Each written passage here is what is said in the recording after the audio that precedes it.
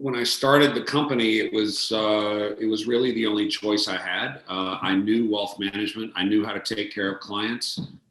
And why would I go to another company when I didn't have anything of value. I didn't have clients anymore. I had to start over. So I decided to start my own company because at least I could be in charge of all aspects of it. I decided to do it differently. I didn't want to name the company, a Wall Street name or my last name and it be about me, or a name that has to do with money and typical type stuff you see. So I spent a lot of time and came up with the name Gratis Capital because, it's a Latin word for grateful. And from day one, I said this company is going to represent something different in the marketplace. It's a company that's going to be built on gratitude for our team, for the people, the clients that we work with. It's a company that's going to be built on humility. And I'm not sure I would have been capable of building a company on those principles prior to having gone through this. But so the vision I had originally was just survival. It was just,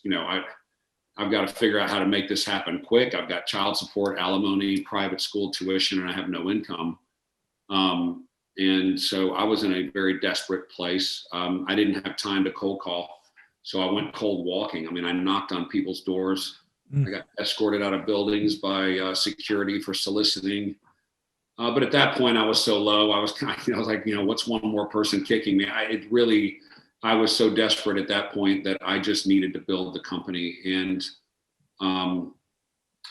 slowly but surely, I will say when I was out, I had that book that had been written about me. It was the only thing I had to kind of certify or clarify that I was somebody that knew what I was doing, even though my company was very young and I didn't have a track record or anything like that. I did have this book that I could say, oh yeah, look at chapter 12. That's me.